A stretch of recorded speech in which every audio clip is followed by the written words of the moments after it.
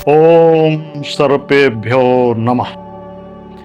आस्था और प्रकृति के अटूट संबंध का महापर्व है नाग पंचमी।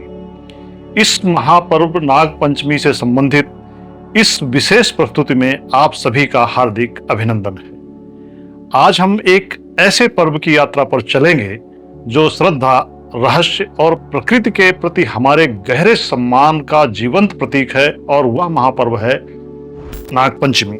यह महापर्व हमारे मन में कई प्रश्न जगाता है, जैसे कि हम नागों की पूजा क्यों करते हैं, आखिर सावन के इस पवित्र महीने में ही यह पर्व क्यों मनाया जाता है।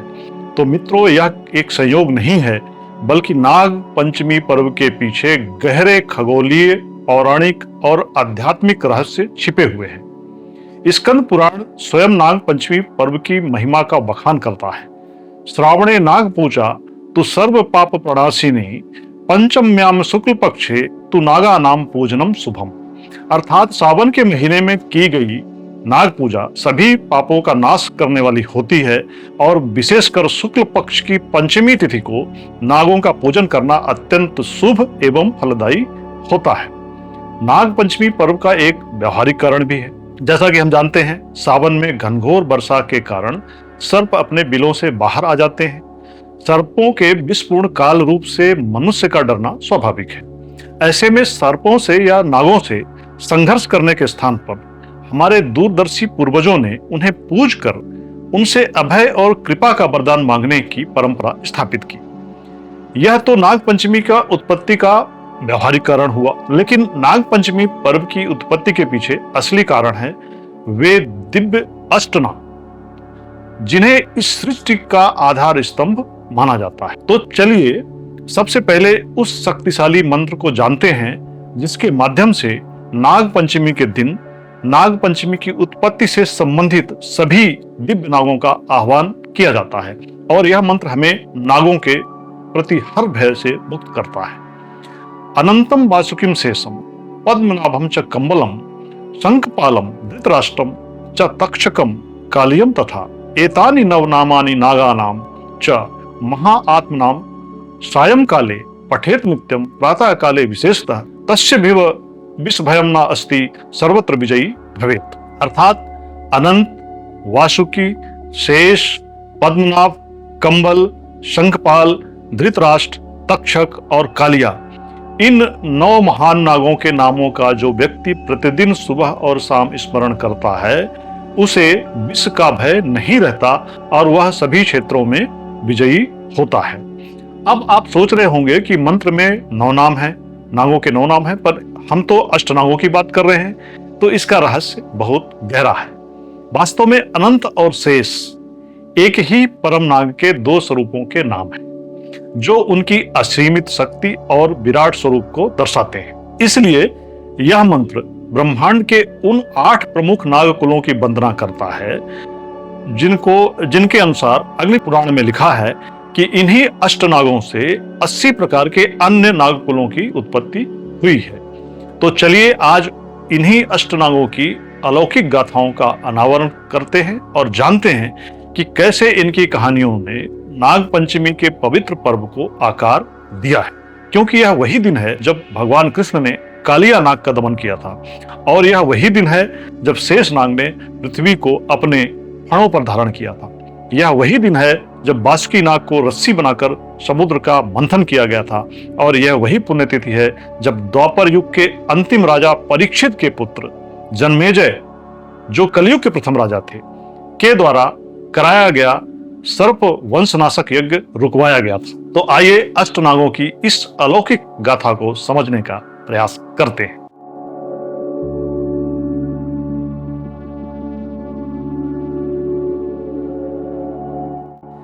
तो अष्टनागों में प्रमुखता से जिस नाग का जिक्र आता है वो नाग हैं शेष नाग, जो सृष्टि के आधार हैं और भगवान विष्णु के आसन हैं, जिन्हें अनंत और शेष दोनों नामों से जाना जाता है। कल्पना कीजिए, क्षीर सागर की नीलमणि लहरों पर भगवान विष्णु योग निद्रा में लीन हैं, और वे जिस कोमल आसन पर विराजमान हैं वह क्या है, कौन है? यही है सहस्त्र अर्थात 1000 फणों वाले शेषनाग। ये केवल विष्णु का आसन नहीं है, बल्कि संपूर्ण सृष्टि का आधार है। यस्य अनंतस्य फणिशिखामणि अंत कोटि नाना विचित्र वर रत्न गणैः विरोजन पादो हरे अनुपलक्ष्य सहस्त्र मूर्धन कहवा अनुवर्णितुम अलम सह हयस्य रूपम। अर्थात उस अनंत देव शेषनाग के रूप का भला कौन वर्णन कर सकता है, जिनके सहस्त्र फणों पर लगी मणियां अनगिनत विचित्र रत्नों से चमकती हैं और जो स्वयं भगवान हरि के चरणों का आसन है। तो कहा जाता है कि शेषनाग ने नाग पंचमी के ही दिन इस पृथ्वी को अपने फण पर धारण किया था। आगे चलकर इस पृथ्वी पर धर्म की स्थापना के लिए यही शेषनाग त्रेता युग में भगवान राम के छोटे भाई लक्ष्मण और द्वापर युग में भगवान कृष्ण के बड़े भाई बलराम के रूप में भी अवतरित हुए। शेषनाग हमें सिखाते हैं कि जीवन एक अनंत चक्र है, हर अंत के बाद एक नई शुरुआत निश्चित है। तो ये हुए शेषनाग, जो अष्टनागों में सबसे प्रमुख नाग माने जाते हैं। और अब अष्टनागों में दूसरे नाग हैं वासुकी नाग, जो बहुचर्चित नागों में से एक है। वासुकी नाग समुद्र मंथन के सूत्रधार माने जाते हैं और वासुकी नाग शिव के गले का हार भी हैं। ब्रह्म वैवर्त पुराण की कथा के अनुसार जब देवताओं और असुरों ने अमृत पाने के लिए समुद्र मंथन किया तो मंदराचल पर्वत को मथानी बनाई गई और समुद्र को मथने के लिए रस्सी बनाए स्वयं वासुकी नाग। जी हाँ, नागलोक के राजा वासुकी नाग ही समुद्र मंथन के लिए रस्सी के रूप में प्रयोग किए गए। और महाभारत में जैसा कि लिखा है, वासुकी ही नागराजः वे मंथाने समुमत्थितः रज्जुत्वेन समादिष्टः देव असुर गणैः शुभैः। अर्थात नागराज वासुकी समुद्र मंथन के समय उपस्थित हुए और देवता असुरों के कहने पर वे स्वयं रस्सी बन गए। तो समुद्र मंथन से निकले हलाहल विष की ज्वाला में जब सृष्टि जलने लगी तो भगवान शिव ने उस विष को अपने कंठ में धारण कर लिया। वासुकी नाग ने भी उस विष की पीड़ा सही। उनकी इस भक्ति और त्याग से प्रसन्न होकर भगवान शिव ने उन्हें अपने गले में आभूषण के रूप में धारण कर लिया। तभी से शिव नीलकंठ और नागभूषण कहलाए। आप भगवान शिव के गले में जो नाग देखते हैं वे दरअसल वासुकी नाग ही हैं।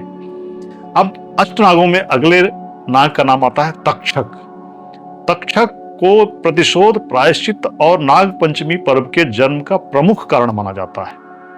तक्षक नाग की कथा सीधे नाग पंचमी के पर्व के जन्म से जुड़ी हुई है।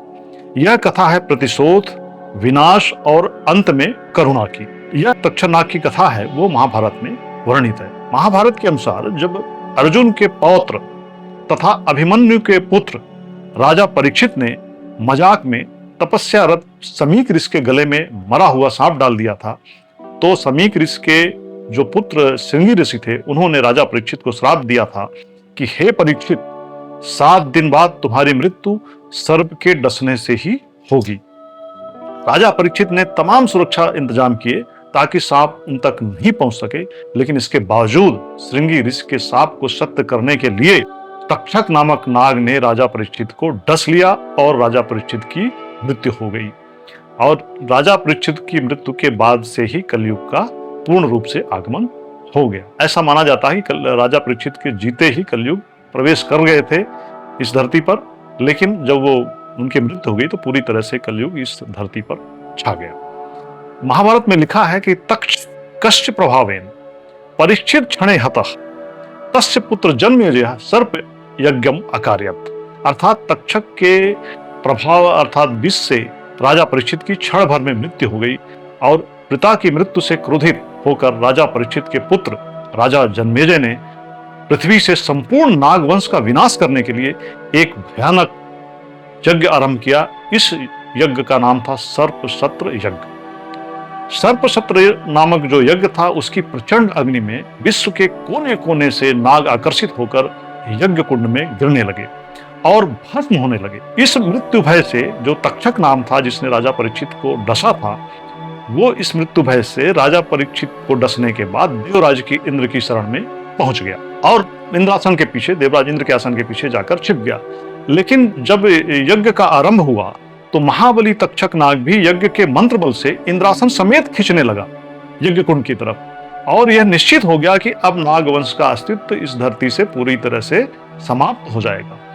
उसी संकट के क्षण में आस्तिक मुनि आए आस्तिक मुनि कौन थे? आस्तिक मुनि ब्राह्मण पिता और नाग कन्या मनसा के पुत्र थे। मनसा देवी का आपने नाम सुना होगा। आप जानते हैं कि मनसा देवी के मंदिर हमारे देश में कई स्थानों पर हैं, जिनमें हरिद्वार और पंचकुला के मनसा मंदिर बहुत प्रसिद्ध भी हैं। इन्हीं मनसा देवी के पुत्र और ब्राह्मण पिता के पुत्र आस्तिक मुनि को उस समय बालक के रूप में जब वो थे, उस समय उनकी माता मनसा देवी ने उनको आग्रह किया कि वो यज्ञ भूमि पर पहुंचें और किसी प्रकार से इस यज्ञ को रुकवाने का कष्ट करें, नहीं तो पूरे धरती से नाग जाति का विनाश हो जाएगा, नाग और सर्प जाति का विनाश हो जाएगा। और वो अपनी माता के आग्रह से आस्तिक मुनि यज्ञ भूमि पहुंच गए। बालक आस्तिक मुनि महाज्ञानी थे, महान विद्वान थे। वे जब जन्मेजय के यज्ञ में संपूर्ण नाग जाति भस्म हो रही थी, तब आस्तिक मुनि ने यज्ञ संपन्न कराने वाले ऋषियों की ऐसी अद्भुत स्तुति की कि वे सभी ऋषि जो यज्ञ करा रहे थे उनसे प्रभावित होकर प्रसन्न हो गए और मंत्रमुग्ध हो गए। और इसी विद्वता को देखकर राजा जन्मेजय भी बहुत प्रसन्न हुए।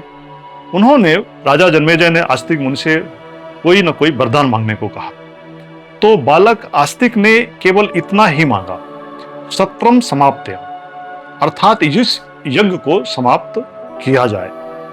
वचनबद्ध राजा जन्मेजय ने आस्तिक मुनि की बात मान ली और उन्हें यह नाग यज्ञ रोकना पड़ा, और इस प्रकार से नाग वंश को जीवन दान मिल गया। जिस दिन आस्तिक मुनि ने अपने तर्कों से, अपनी विद्वता से तक्षक सहित समस्त नागवंश को जीवन दान दिलाया, यह वही श्रावण मास की शुक्ल पक्ष की पंचमी तिथि थी, और तभी से यह दिन नागों के प्रति कृतज्ञता और उनके संरक्षण के रूप में नाग पंचमी पर्व के रूप में मनाया जाने लगा। तो यह जो कथा है नाग पंचमी की उत्पत्ति का प्रमुख कारण है, जो हमें संदेश देती है कि सर्पों से सावधान रहने की जरूरत तो है, लेकिन उन्हें मारना नहीं चाहिए, अनावश्यक उन्हें परेशान करना या मारना नहीं चाहिए। तभी हमारे जो प्रकृति का है वो संतुलन बना रहेगा। यदि हम ऐसा नहीं करेंगे तो भले ही जन्मेजय के नाग यज्ञ से नाग बच गए हैं, लेकिन अब वे धीरे धीरे नष्ट भी हो सकते हैं, और अगर वे नष्ट हुए तो पूरा प्राकृतिक संतुलन बिगड़ जाएगा। अब आगे बढ़ते हैं, अगले अष्टनाग के विषय में जानते हैं। अष्टनागों में एक और शक्तिशाली नाग को हम कालिया नाग के रूप में जानते हैं, जो अहंकार मर्दन और प्रकृति संरक्षण के प्रतीक है। द्वापर युग में कालिया नाग ने अपने विष से जमुना नदी, जो बहुत पवित्र मानी जाती थी, उसको पूरा विषाक्त कर दिया था। और कहा जाता है कि कालिया नाग गरुड़ के भय से यमुना नदी में छिपा हुआ था, लेकिन उसके विष से यमुना का जल इतना जहरीला हो गया था कि यमुना किनारे बसने वाले ग्वाले और पशु पक्षी इस जल को पीकर मूर्छित होने लगे और मरने लगे। तब भगवान कृष्ण को इस बात का पता चला, और बालक कृष्ण ने प्रकृति को बचाने और कालिया नाग के अहंकार को तोड़ने के लिए यमुना में छलांग लगा दी। श्रीमद् भागवत पुराण में लिखा है कि कालियम तम महासर्पम कृष्ण बाल करूप थुक नृत्यमाणः ममर्द आशु फड़ा भी तस्य मूर्धसु। अर्थात बालक रूप धारण किए हुए भगवान कृष्ण ने उस महासर्प कालिया के फणों पर नृत्य करते हुए शीघ्र ही उसके अहंकार का मर्दन कर दिया।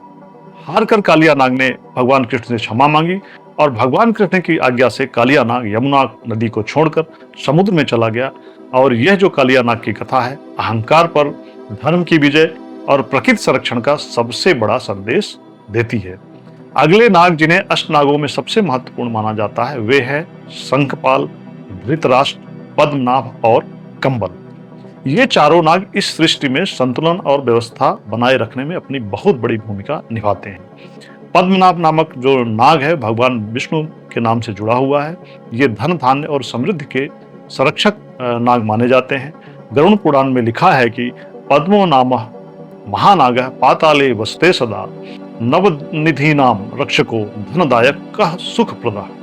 अर्थात पद्म नामक जो महानाग है वो पाताल लोक में निवास करते हैं। वे नवनिधियों के रक्षक हैं, धन और सुख को प्रदान करने वाले हैं। इसी तरह धृतराष्ट्र नाम का भी एक शक्तिशाली नागराजा हैं, जिन्हें पूर्व दिशा का पालक या रक्षक माना जाता है।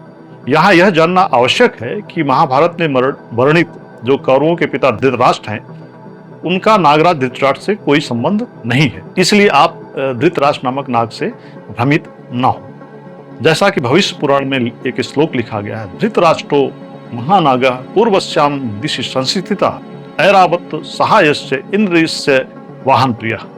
अर्थात धृतराष्ट्र नामक महानाग पूरी पूर्व दिशा में स्थित है और वे इंद्र के प्रिय वाहन ऐरावत के सहायक हैं। यहाँ यह बताना आवश्यक है कि अष्टनागों में से एक धृतराष्ट्र नामक जो नाग है वो बहुत महत्वपूर्ण नाग है और वे कौरवों के पिता धृतराष्ट्र से अलग है।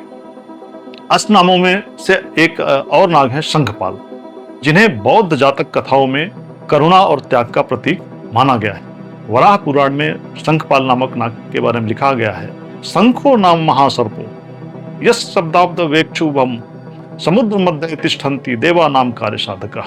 अर्थात शंख नामक महासर्प, जिनकी ध्वनि से पूरी दिशाएं शुभ हो जाती हैं, वे देवताओं के कार्य सिद्ध करने के लिए समुद्र के मध्य में रहते हैं। तो इसी तरह कंबल नामक जो अष्टनाग है वो पाताल लोक के रहस्यों और छिपे हुए खजानों के रक्षक हैं, जो सुरक्षा के प्रतीक हैं। तो मित्रों, इन गाथाओं को सुनकर आप समझ गए होंगे कि नाग पंचमी का पर्व इतना विशेष क्यों।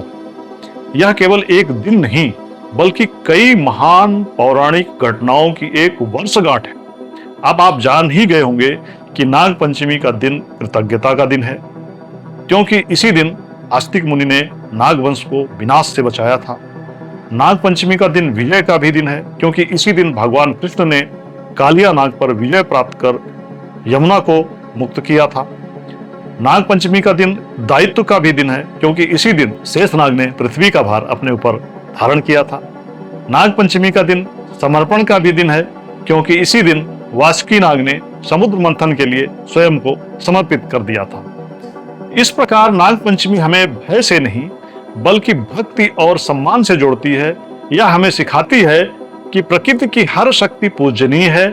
यह जो पर्व है नाग पंचमी का, हमें याद दिलाता है कि इस सृष्टि में सह अस्तित्व और हर जीव का सम्मान ही सच्चा धर्म है।